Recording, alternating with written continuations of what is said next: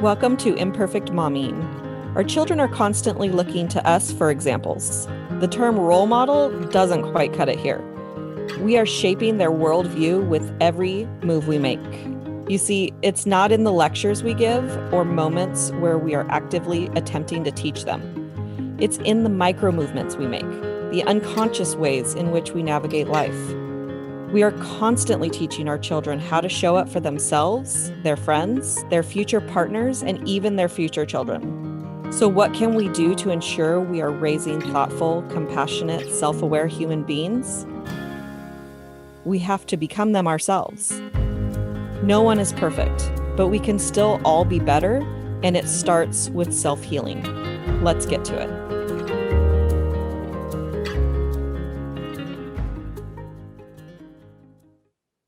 Welcome back to Imperfect Momming. We have a special guest today, Melissa Rohlfs, and welcome. Thank you. I'm excited to be here. I just like to jump right in. I don't, we don't need to, none of this, she's a this and she's a that. Nope, I'm going to let her tell you. Tell us about you, Melissa. Yeah, absolutely. So I'm a mom, I'm a wife, I'm a holistic health and life coach, and I help women be calm and confident and healthy. So that's a little bit of what I do based on my own journey and my story, and I'm excited to be here. Awesome. So tell us your story. Tell us your journey. How did you get here? Never in a million years did I think I would be doing this. But it was about 10 years ago, and we had a newborn baby who was not sleeping. And so I was a tired mom, but we also had a 2-year-old little girl who had some sensory challenges and undiagnosed food allergies. My husband was traveling for work, and I was just diagnosed with PTSD from childhood trauma. So it was like the perfect storm. But from that came so many great things. I learned about the impact of food on mood and overall health, and really we overhauled our family's nutrition. I stopped stress eating because I was a stress eater, was eating boxes of Oreos in the pantry when I was overwhelmed.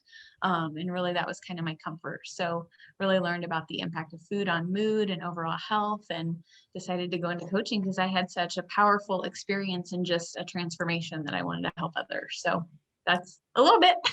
Just a little bit. I think that nobody knew about like stress eating or emotional eating. Like, I don't think it was a big topic before COVID hit last year, right? And then all of a sudden, my friend calls it the COVID-19 plus. Like, everybody's gaining weight, except for the people that needed the time to do the weight loss, and they had the time, and then they got like real serious, right? Mm-hmm. So we've seen a little bit of both. And I remember my son saying one time, kids are so profound, right? Mm-hmm. They understand so much more than we do, or than we realize. And my son says one day, I eat when I'm sad. It's like, okay, good to know. That's awesome. He connected those dots, because I remember being an 8-year-old girl and hiding Pop-Tarts and cookies and candy in my room because I didn't know what was going on or how to process my feelings. So I love that he's so in tune with his feelings, and he knows that. Yeah. It really helps that, he's kind of grown up with me learning all of this stuff. And, by the grace of God, he doesn't remember the crazy mom that he was born with. And, it just, it's been, my journey has been a journey, and I'm super excited to hear. I'm so fascinated with food, changing our moods.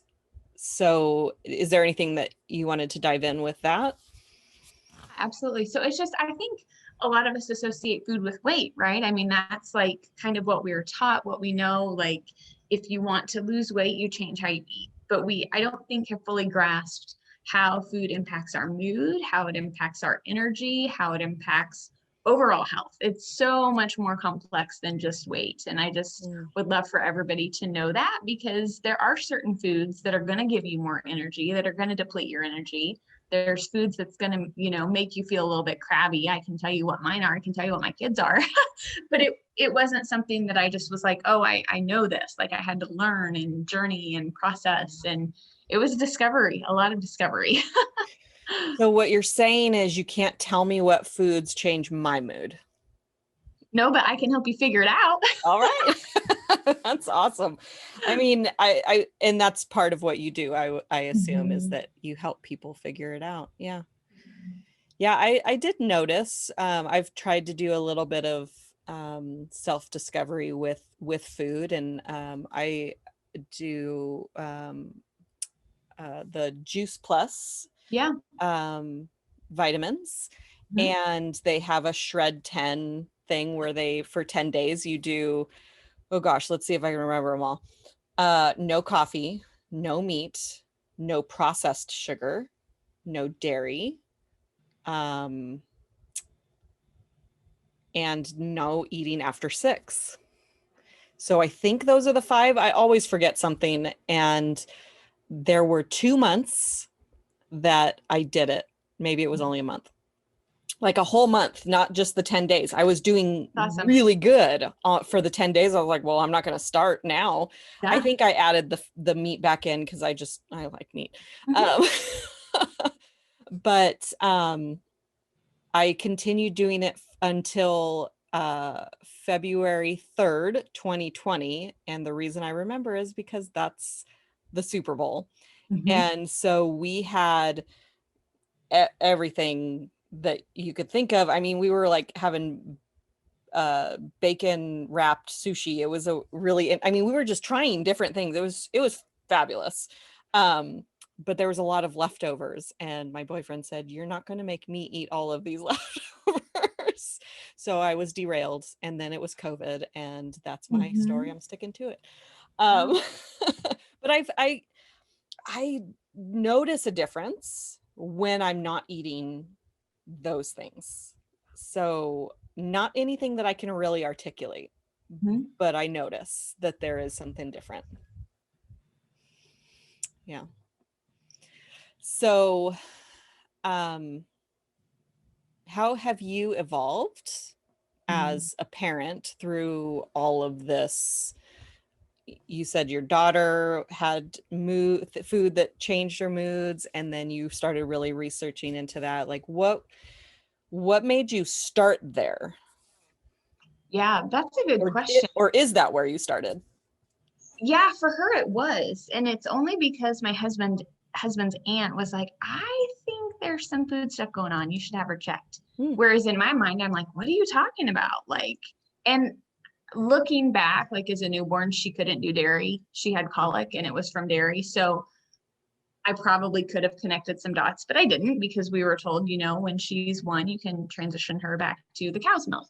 Hmm. Um, so I think had it not been for my husband's aunt and making that connection and us getting her tested at an allergist, we probably wouldn't have figured it out. Hmm. Um, but I think that was probably the starting point. And then with my PTSD diagnosis, I went to a naturopath, and she did, a lot of testing and did minerals and vitamins, and lots of things were not in a good place. And so she taught me about supplementation. And then between that and the food intolerances was when I was like, you know what, I probably need to change some of our eating and the way that we eat, and was working with a therapist at the time and really working on mindset. And I feel like that just kind of combined it all. Yeah, and I think you were saying that your therapist was also a life coach, and Yeah. this was in a previous call that you guys aren't privy to. So that I was like, oh, that triggered that memory. Okay, so and you had started going to the life coach for your mood stuff kind of a I thing, or felt was it? stuck as a mom. Like, I felt stuck because, I'm a very high achieving person, very type A, and I had this college degree and I had all these accolades and I did all these things. And then when we had kids, we made the decision that I would stay home. And I think I felt a little bit derailed. Like, what is my purpose? What am I supposed to be Mm. doing here? And so I thought, hey, if I can maybe meet with a life coach, she could, help me kind of figure out what I'm supposed to do. That's yes, please. Everyone do that. I'm available. I mean, that's amazing because my story is very similar to yours, where I found a life coach because um, I was in a direct sales company and he was a life coach for that direct sales company, not hired by them, but he fell into a group of us ladies and fell in love with, who we are, our culture and all of that. And so he developed an app for our productivity, but his productivity app actually focused on things that we could control. So instead of the income producing activities that were results oriented. So like instead of saying, today I'm going to book 2 people for an appointment, I don't have control. I have control over making 10 phone calls, but I don't have control over you saying yes, right? Mm-hmm. Yeah. So, and then he had a different training. And anyway, I got onto an email list. And I remember this email that he sent, and the caption of it was, I wish you more pain. And it was a January 1st, 2017, I think, email. And the PAIN was an acronym, and I don't remember the acronym now. I could find it if I wanted to, but and I forgot about that email. We're in 2021 as we're recording this, and I have been with him pretty much ever since. But I forgot about that first email that I actually read from him, because I'll get on somebody's email list and never read another email. Yep. Or unsubscribe or unsubscribe. Or yeah. Recently I've started unsubscribing because it's too much. And my business coach said, stop like piecemealing from everybody and just listen to one person. And I've chosen her as my person for now, and and my other coach was my person he's still my person. I still listen to him. I'm not gonna lie. Anyway, but that was kind of my story, whereas I was feeling stuck. That was a long way around. But I'm a storyteller, I can't help it. But I was feeling stuck. I had been in the same place. I achieved a position in my direct sales, and then I had a long, hard fall from that position, where I felt like I had lost everything that I was proud of in my life. And I mean, when you have nothing that you're proud of in your life, that's the closest thing I can describe to as rock bottom. So do you mind talking a little bit about that aspect of it, the feeling like I've lost my identity? Because I know that there's a lot of moms that struggle with that. Yeah, absolutely. In fact, it's funny. I'm also a storyteller, so I'll condense. But my nephew graduated from high school and he was salutatorian. And I'm so proud of him. But it took me back to my high school days, right? And I just made a post about this, about how, from the outside, even in high school, like I looked like I had it all together. Like I, was popular. I got good grades. I did all the things. I had a boyfriend. Like in the high school world, that's all together. And I think the same thing happened, after college. You get married, you have a husband, you have the white picket fence, 2.5 kids, the dog, the things. And that's supposed to make you feel complete. And it didn't. And I was like, what is wrong? Like, I felt like I had been lied to. Because I'm like, I have all these things. I'm supposed to be happy, but I'm feeling off here. And I think I was just not aligned, because there was something in me that was, like, I want to be home. I want to nurture my kids, but I also believe that what I've gone through has a purpose to help other women. So there has to be a way to integrate the two. Right. And so I think that was it. Like, I just felt like I had gone through all these experiences in life, and it wasn't just for my immediate family, but it was to impact more people. And so how do you combine both and be the wife and mom and the woman you want to be and make an impact on the world? So that was kind of my sticking point, I feel like. Yeah.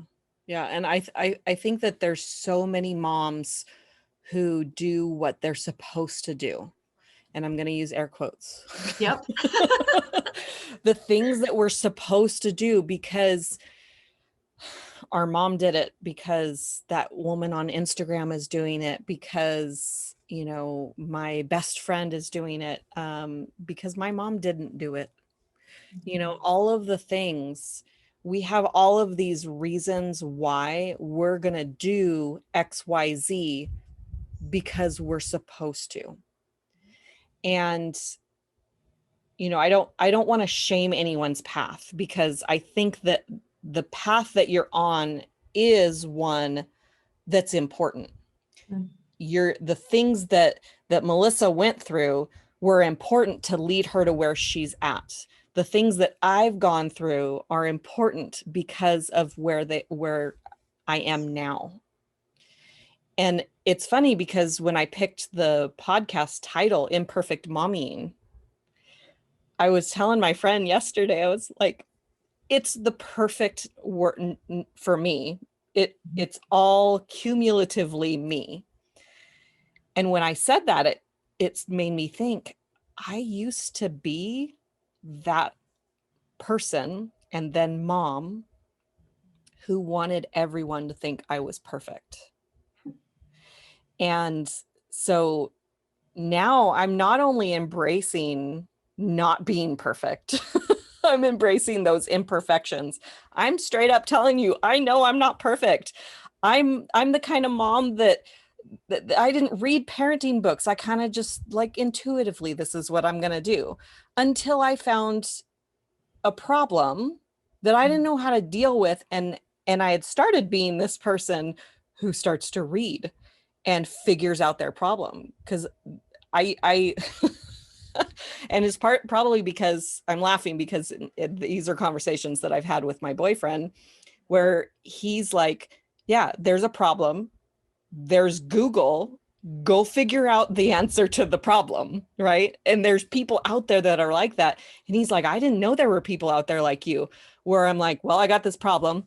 This is a problem I have now. I'm going to keep talking about the problem. And I mean, I just have this problem now. Like this, it's part of me. It's my problem. Like I have it. And so anyway, I stopped being that person. But I mean, even reading a parenting book, he's like, you read all kinds of books about like how to improve yourself. How about read a book about how to improve your parenting? And I was like, never even crossed my mind. And see, that's interesting because I feel like I did the opposite. Like I read every book on parenting. And Yeah. then like when it happened, I was like, I don't know what to do. The book didn't tell me how to do this. The book doesn't cover when your 2-year-old just like stares at you and says no Right. or something. I don't know. Or sit down, mommy, and you do it. And you're like, why am I taking advice from a 2-year-old? Who's in charge here?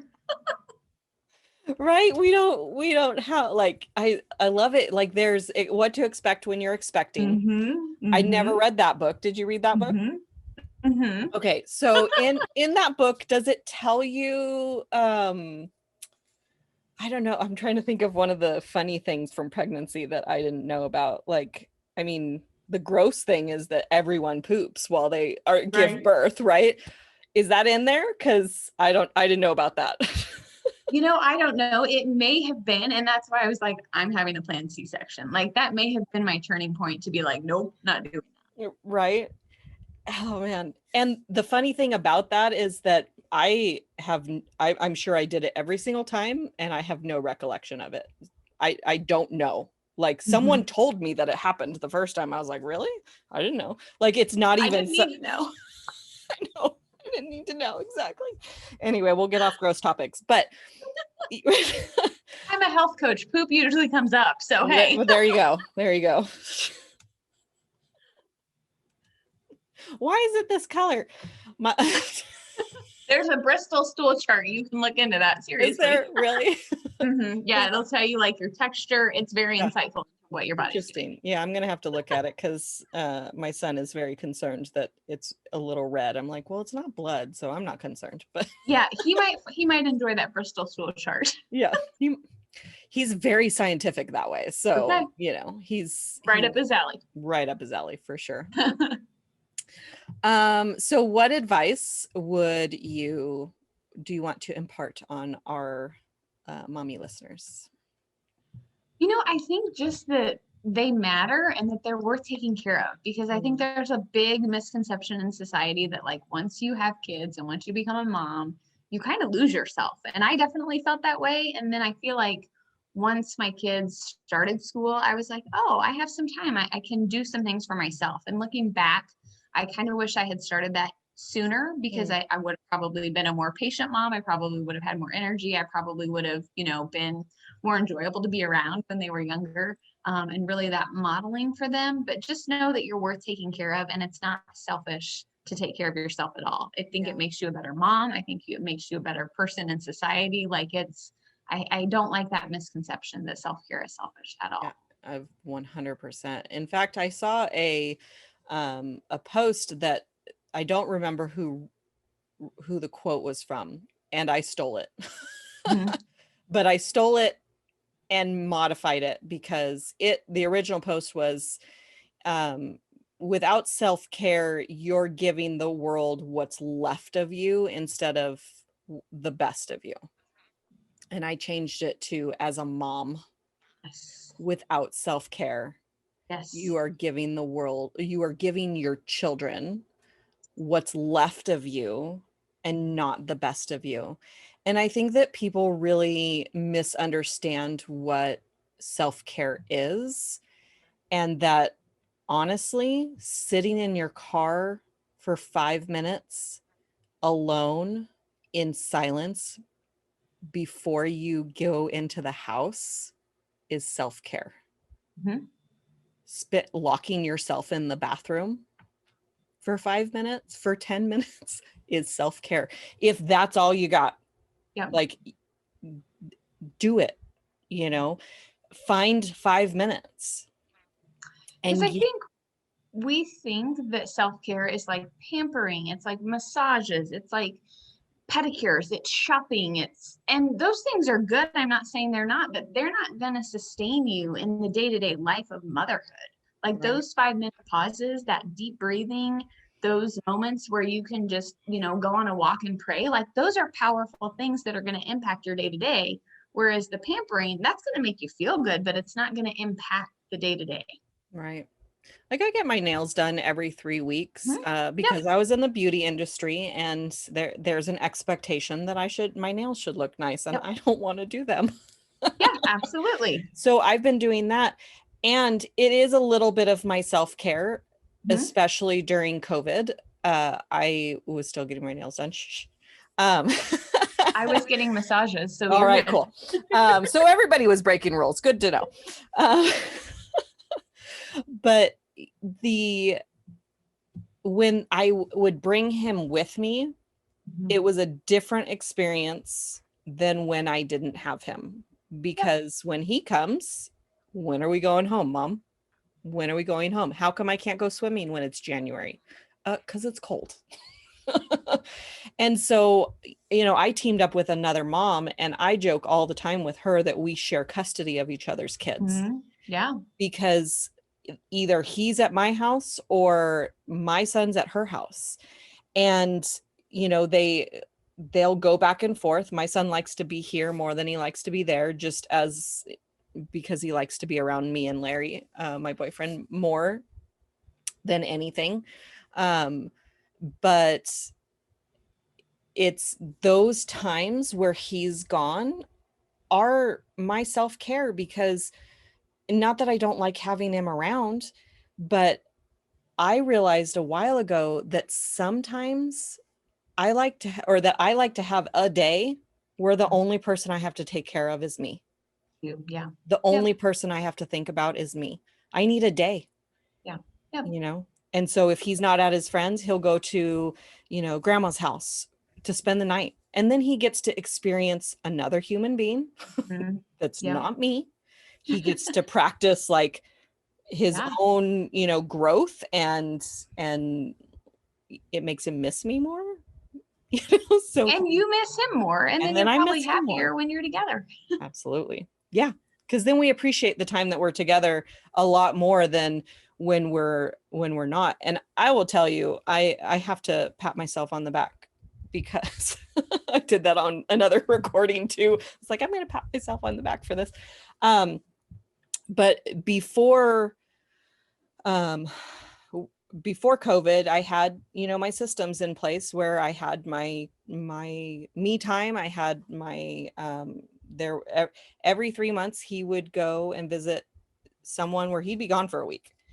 And um that stopped. That wasn't a possibility when lockdown happened, right? And because my son has 5 sets of grandparents. 4 out of the 5 were um locked down, like where they weren't having visitors.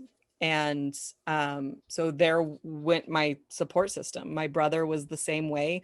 They were in their house, and that was before I was like, oh, I guess that's us too. Oh crap, that's us too.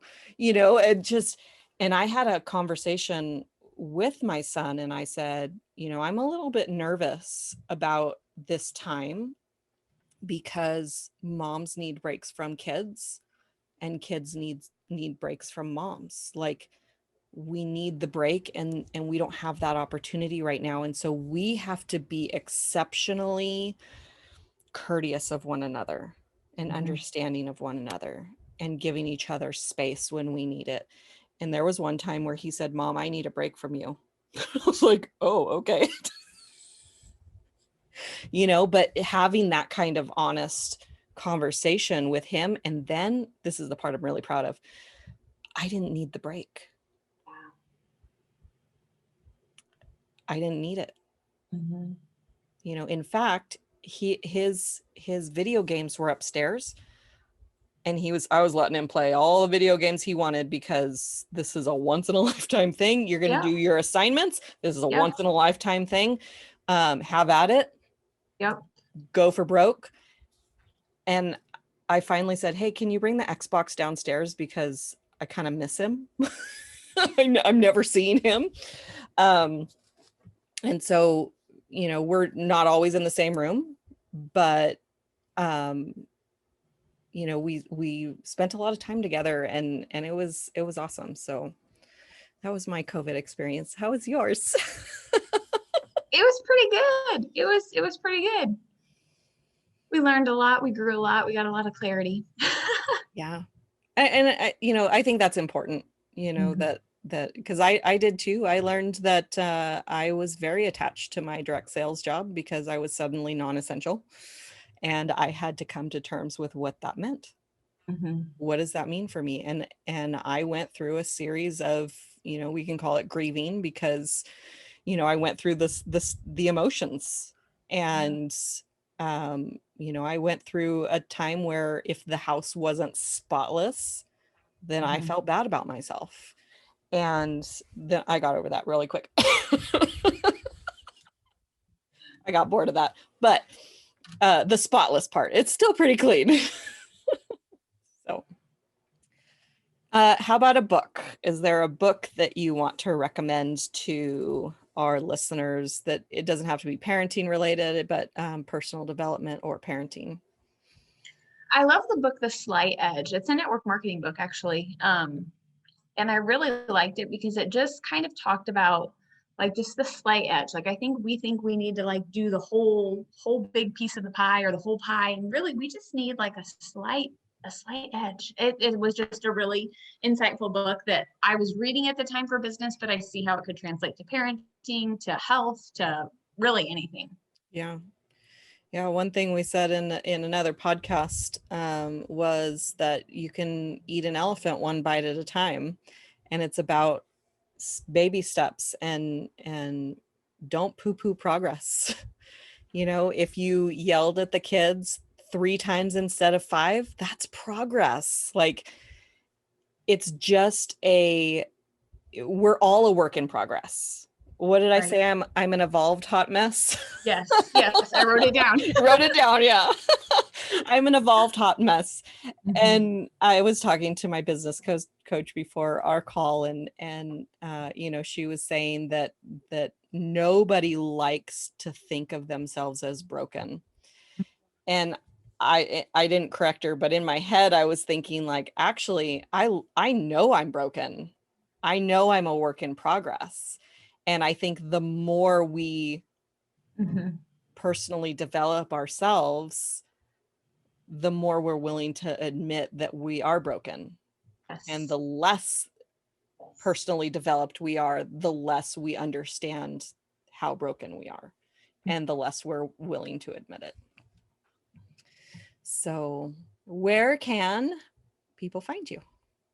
My website is free, the number 2, and then the letter B, coaching.com. So freetobecoaching.com. My Facebook group is Happy Healthy Mama Tribe. And yeah, pretty much it.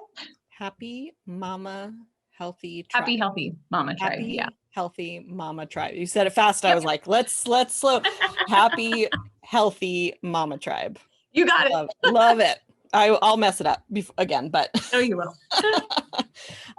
very cool. I might have to join. Did I join already? I don't know. I don't think so. Yeah, hop in.